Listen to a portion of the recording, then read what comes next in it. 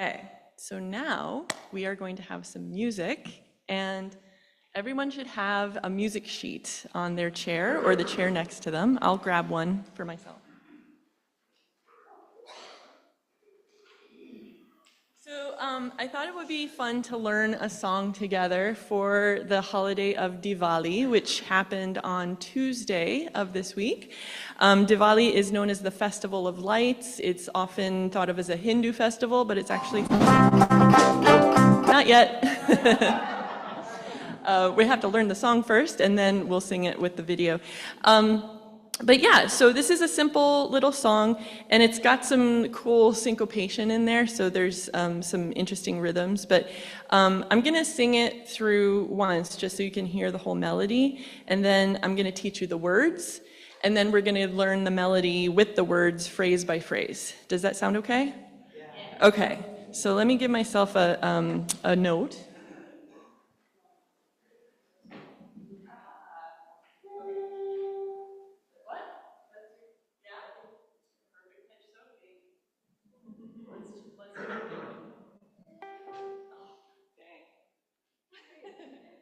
I envy people who can do that. So it sounds like this. I Diwali re. Deep jalao, khushi manao, I Diwali re. Hoop chale puja di re patki, I Diwali re. Sop ko banton hoop metae, I Diwali re. Okay, we're going to do it a lot slower, don't worry.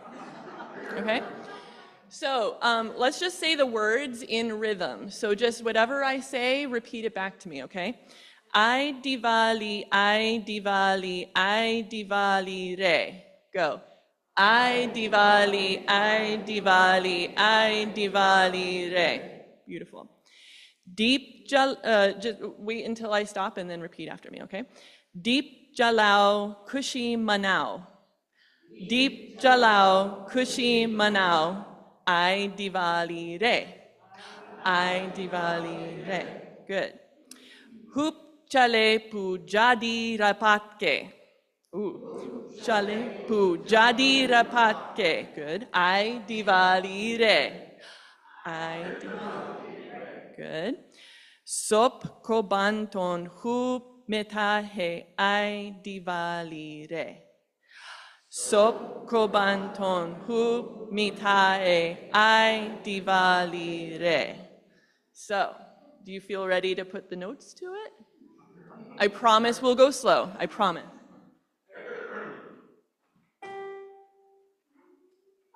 So everybody match my note. We're already winning. Okay. So we're going to do it call and response, all right? So I'll sing a phrase and then you sing it back to me. I Diwali re. I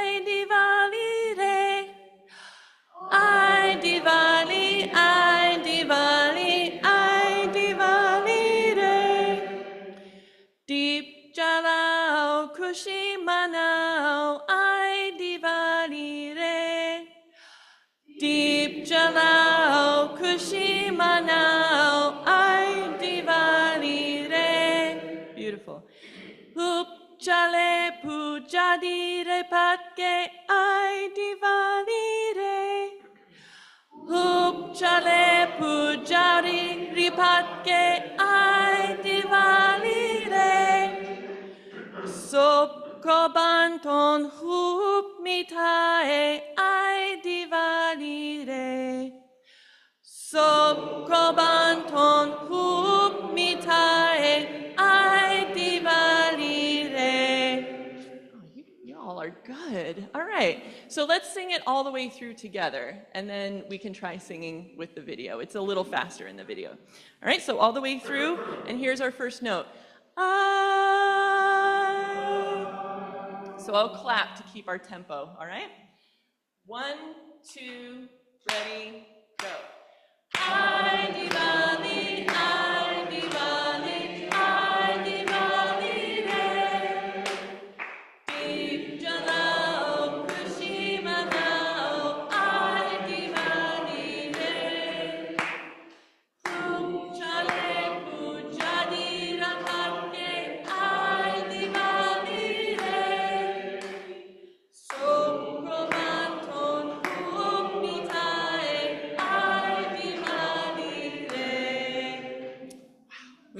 You're very good at this. Okay, I hear such beautiful voices out there, and I love it. So let's try it with the video. It is going to be quite a bit faster, but if you get lost, remember, you can always sing, I Diwali Day. Okay? So here we go.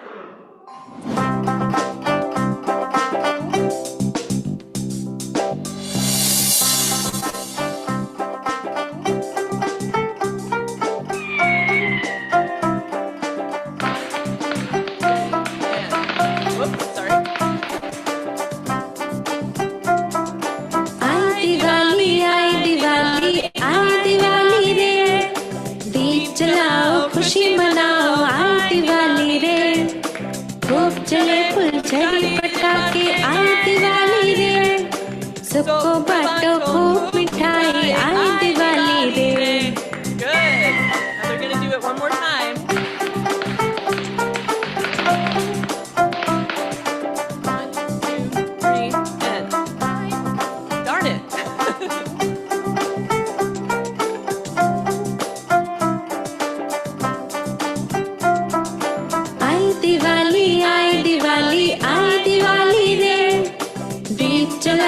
खुशी मनाओ आज दिवाली रे खूब चले फुलझड़ी पटाखे आज दिवाली रे सबको बांटो खूब मिठाई आज दिवाली रे Right, give yourselves a hand. And you can keep these for next Diwali. You'll be ready. So. Moving from Diwali now to Dia de los Muertos, we're going to be celebrating two holidays today because we are between them. Diwali already happened on Tuesday, and Dia de los Muertos starts on Saturday of this week. So the opening words for today are called 1,000 Voices by Tanya E. Marquez. Every year around this time, there is a distinctive smell in the air, and the trees sway like the whisper of 1,000 voices. That's how I know they are coming. At that point, the perpetual altar in my heart begins taking place outside of me for a few days, and it dances with joy at the thought of their coming. First, the table that will be the altar. A few boxes on top to create different levels. I begin to think about the pictures I am adding to my altar today. The beloved friend who didn't get to say goodbye, the one I loved, my grandparents, the cousin who left too soon. I allow myself to think about the ones whose pictures won't be on my altar, but that I still remember. The fragrance of semapuchil, marigolds, fills the air. Grandfather, sun-made flower, a ray of light guiding them back, calling them home. It is a long way here. It is good to have some food and drinks ready, so they may quench their thirst, so they may eat and gain strength for the way back. I love adding chocolate and drinking chocolate caliente. I imagine a moment of communion that transcends the world of the living. Once the altar is ready, I behold the sight of this place of encounter. They will come and they will know they are missed. All the times we spent together, all the memories come rushing back to us. Our elders told us to remember is to live again. And that's what we do when we allow ourselves to be surrounded by their presence and the stories of times we spent together. My family and I gather. We tell stories, we laugh, we also cry a little. We rejoice in their company. Their stories come alive in our telling, and so does the love we still feel. I have learned to listen more often to things than to beings, to listen to my heart that knows a different way of knowing. My heart knows that the dead aren't really dead. Their stories are perpetually being told by the world around us, like trees swaying, like the whisper of 1,000 voices.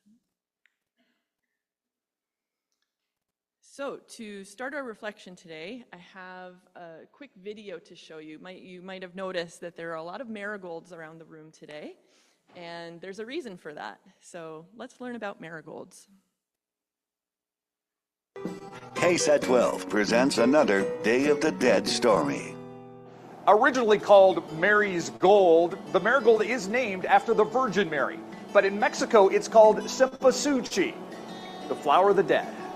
Placed on graves and used to decorate altars during the Day of the Dead, it's believed the flower's vibrant colors and strong scent can lure souls back to the living. Since they bloom in early summer and die at fall's first frost, they also symbolize the fragility of life. The name cempasúchil is Aztec and roughly translated to flower of many petals. For the Aztecs, the flower was sacred, and its bright color represented the sun. Native to the Americas, it was cultivated for decorative, magical, medicinal, and agricultural purposes. They were thought to cure hiccups and were often planted near crops. As a matter of fact, the marigold produces a natural insecticide. Once Spanish explorers discovered the hardy plant, they took the seeds back to Europe. Now hundreds of varieties grow across the globe, including India, where the marigold has become an important ceremonial flower. For Hindus, the marigold symbolizes surrender to the divine.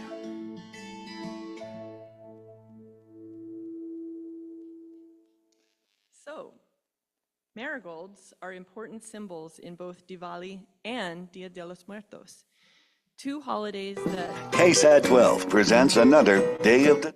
Let's learn about it again. So, Diwali and Dia de los Muertos are two holidays that, on the surface, may seem to represent very different values. Diwali is known as the Festival of Lights, while Dia de los Muertos can often seem to onlookers like a festival of death. One seems to embrace light, while the other seems to glorify darkness.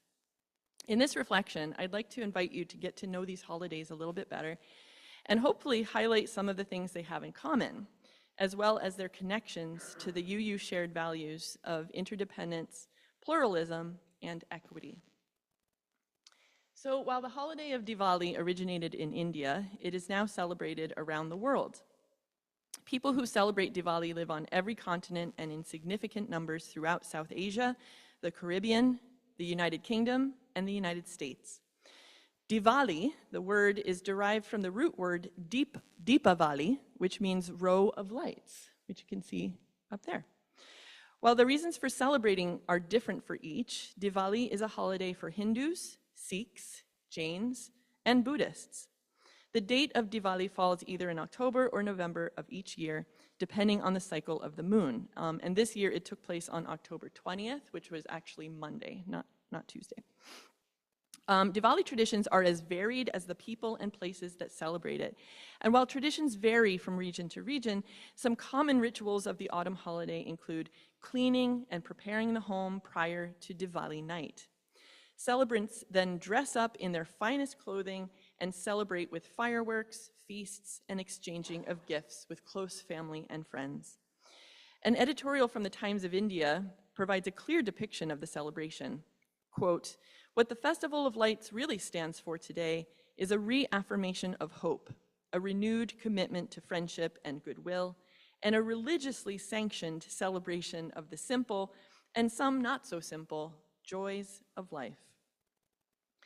In Hinduism, Diwali celebrates the legend of the return of the Hindu god Rama to his kingdom after 14 years in exile. People line the streets with candles to show the way to his palace and paint rangoli patterns, these beautiful decorative patterns with colored powder, outside their homes as a sign of welcome. Additionally, Lakshmi, the goddess of wealth, is believed to enter homes during this period, and the festival runs for 5 days. As the video mentioned, marigolds are very closely associated with Diwali, and the marigolds symbolize prosperity, purity, and positivity. Their bright, sun-like colors represent warmth and joy, and their use in decorations is believed to invite the goddess Lakshmi into homes to bring wealth and good fortune. So November 1st and 2nd of this year is when Dia de los Muertos is observed over 2 days. It's a time for people to mourn the loss of family members and friends and to ensure they're never forgotten. The holiday, so you can switch the slide there, Lisa. No, it's fine. The holiday, as it's celebrated here in the United States, emerged in Mexico. And it has had many evolutions over the course of 3,000 years in terms of what we understand it to be today. It's a moment in time to honor your ancestors and those in your family and community who have gone into the spirit world. It emerged from an Aztec ritual known as Micahuitl, an honoring of the dead, but it was also the time for harvesting. So it was this moment for recognizing a seasonal change from light to dark as we transition to fall. When the Spanish arrived in the Americas, they brought Christianity and Catholicism with them. They had their own celebrations that they tried to syncretize or fuse with traditional indigenous ceremonies. So Dia de los Muertos today is the bringing together of All Saints' Day and All Souls' Day with this traditional honoring of the ancestors. Dia de los Muertos is an opportunity for families to create altars or ofrendas, which means offering, for their loved ones. So that's what you see in the photograph here. Many argue that if you remember them, your ancestors never cease to exist. And of course, if you've seen the movie Coco, the Disney movie, that's the main theme. The altars can be made in many ways, but some of the core elements are a photo of the deceased, their favorite foods, and flowers like marigolds. Some also include a representation of the 4 elements, so a candle or incense for fire, a cup of water, and the wind and earth can be represented by colorful paper cutouts called papel picado. I do see some on that altar, the bright pink cutouts, yes. Depending on where you are in the world, some families go to the cemetery to build their altars, but because of migration, sometimes they're not in the places where their loved ones are buried, so they make the altars at home. But many people do it differently. Some have full-on parties, and some people have what's called a velación, or observance, which means you just honor your loved ones, not necessarily with prayer, but in a solemn space. Those 2 days, you spend time with those memories. So like I said, on the surface, Diwali and Dia de los Muertos might seem to represent very different aspects of human experience. One celebrates the triumph of good over evil, light over darkness, while the other seems to revel in reminding the living of their eventual demise. But in fact, these holidays are complementary. They are ways to embrace both darkness and light, instead of pushing one away and only celebrating the other. As you use, we recognize the interdependent web of all existence, including this basic fact that death is part of the cycle of life, and celebrating every part of that cycle, as well as the memories of those who have completed their life journeys, is part of what gives meaning to our lives. We also recognize that awareness of our own mortality can be a valuable reminder to honor and value every moment, to recognize that life is impermanent, and also that we can make every day meaningful and live as we would like to be remembered. The celebrations of Diwali and Dia de los Muertos should also remind us of the current season and our place in it. As autumn brings shorter daylight hours, human cultures have developed rituals to help us come to terms with the withering away of the natural world, while also celebrating life and our ability to survive this dark season.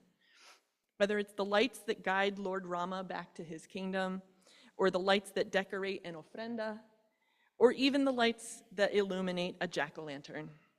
Fall cultural traditions not only help to stave off the emotional and psychological effects of decreased sunlight, seasonal affective disorder, anybody, right? But they also serve to deepen community connections and provide a sense of continuity between the past, present, and future. They're just a few of the ways that human beings throughout history have responded to this natural cycle, which follows the orbit and axial tilt of our planet, our one and only home that we share with every other living thing.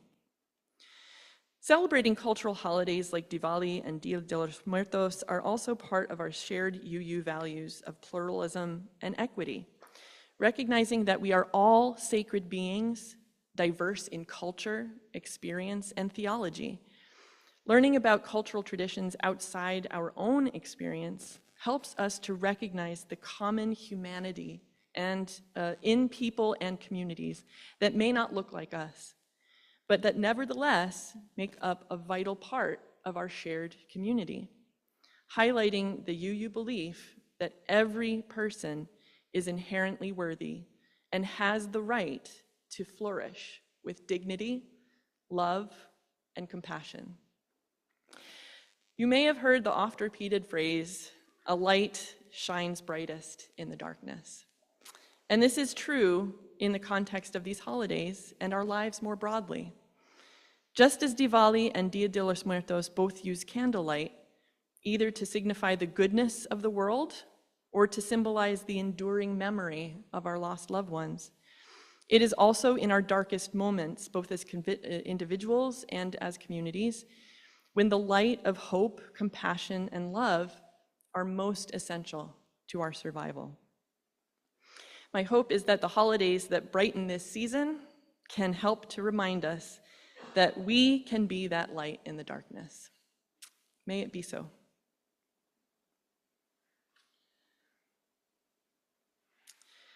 So now let there be an offering to sustain and strengthen this church, which is important to so many of us.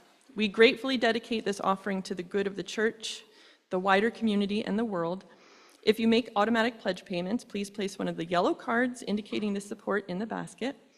And if you want today's contribution to count toward your annual pledge, please put it in an envelope with your name on the front so we know who to credit it to.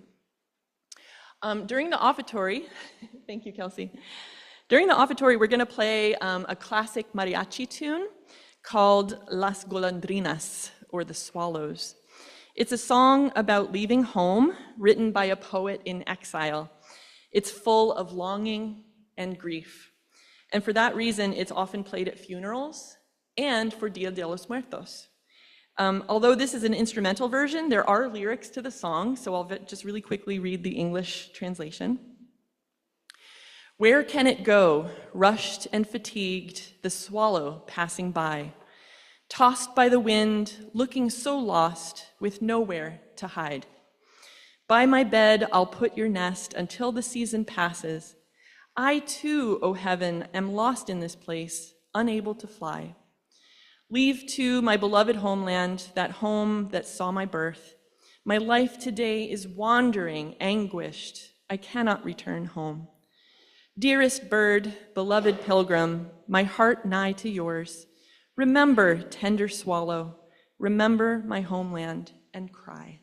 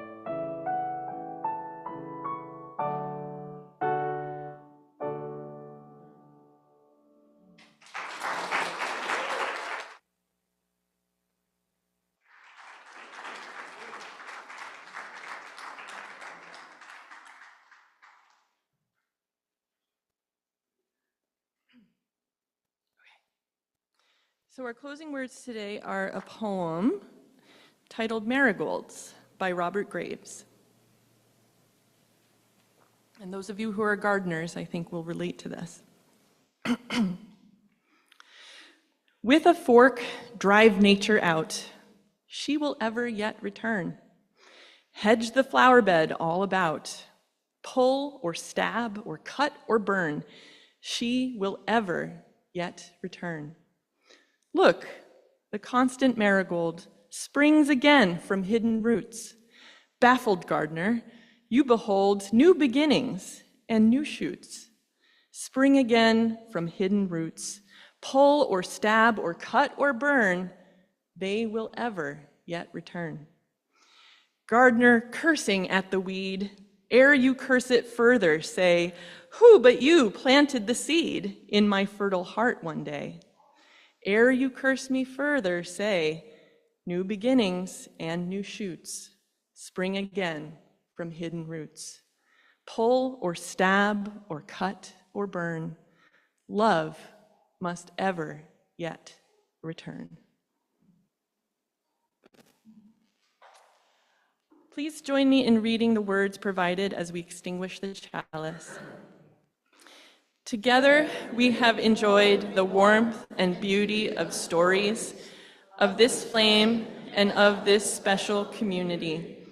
As our chalice flame is extinguished this morning, we can still remember that its glow is carried within us.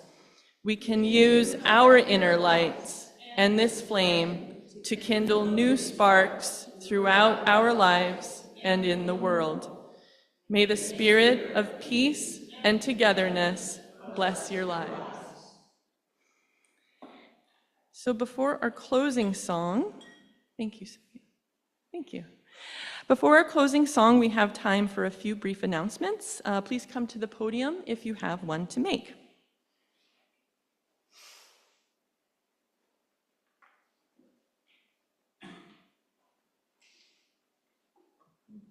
Hello, it's me again. So two things.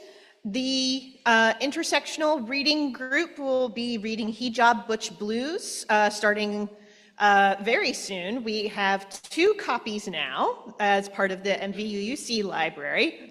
We don't have them on hand today, but we should have them on hand next week. So if you're interested in joining us for that book reading group, reach out to myself or Megan. The other announcement that I had is I brought these little cards that I drew myself. These are little invitations to the semi-annual Makers Mart in Handmade Toledo. It is on November 15th. More details about the event are inside of these cards, and the cards are on the table next to the greeters table. So if you would like a little piece of art and find out more information about the Makers Mart that is on November 15th, the cards are going to be next to the greeters table. Thank you.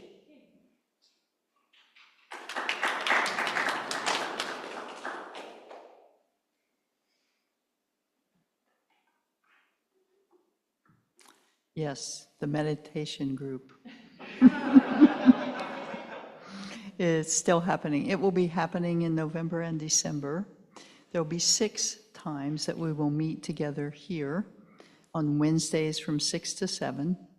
We are continuing our practices, and we're going to have a little feedback going on, so I'm asking a lot of people and people in the group what they would like as meditation practice. We're going to stabilize it, and we're going to use the silent sitting, guided walking and sitting, and being together and sharing as group support, and also as learning about meditation for ourselves and how we can benefit. So that's going to be going on. We will absolutely not meet the Wednesday before Thanksgiving, although we have lots of gratitude, and the Wednesdays before Christmas and the Wednesday before New Year's. So those will be out. So just a little pre-information on it. Thank you.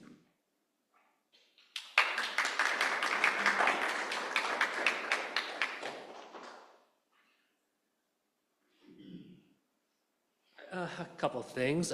One, as mentioned last week, the new t-shirts for the congregation will be the navy, and we should be placing the order later on this week. So they should be here relatively soon, I'd imagine. And two, I have been asked to inform people that the Bowling Green High School is putting on Clue the weekend after next. And Ace will be the understudy for the chief of police, but will also be doing Mr. Green, I think, on the understudy show.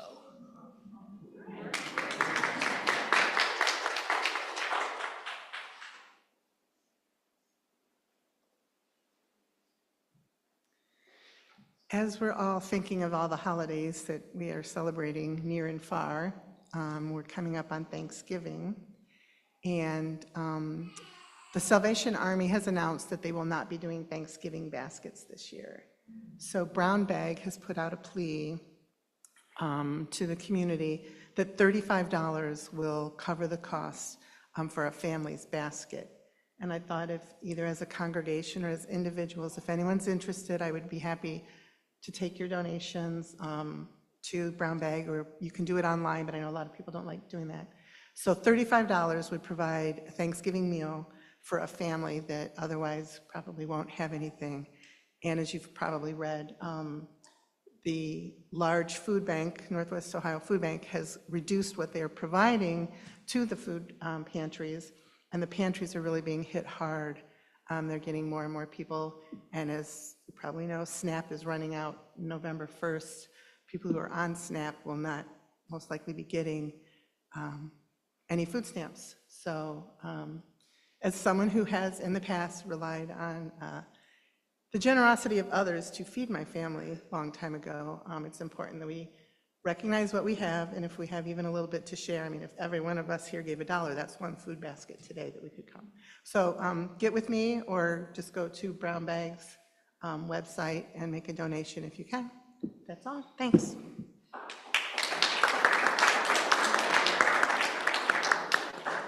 And then I just have one final announcement. If you want to take any of the marigolds home with you today, they are all around the sanctuary and even in the social hall. So one of the potted plants or one of the flowers in jars, you are welcome to take them home with you. So please feel free. Okay, so after the closing song, we invite everyone to stay for coffee hour. And our closing song today is This Little Light of Mine. Hymn number 118 in the gray hymnal. And you can stand as the Spirit moves you.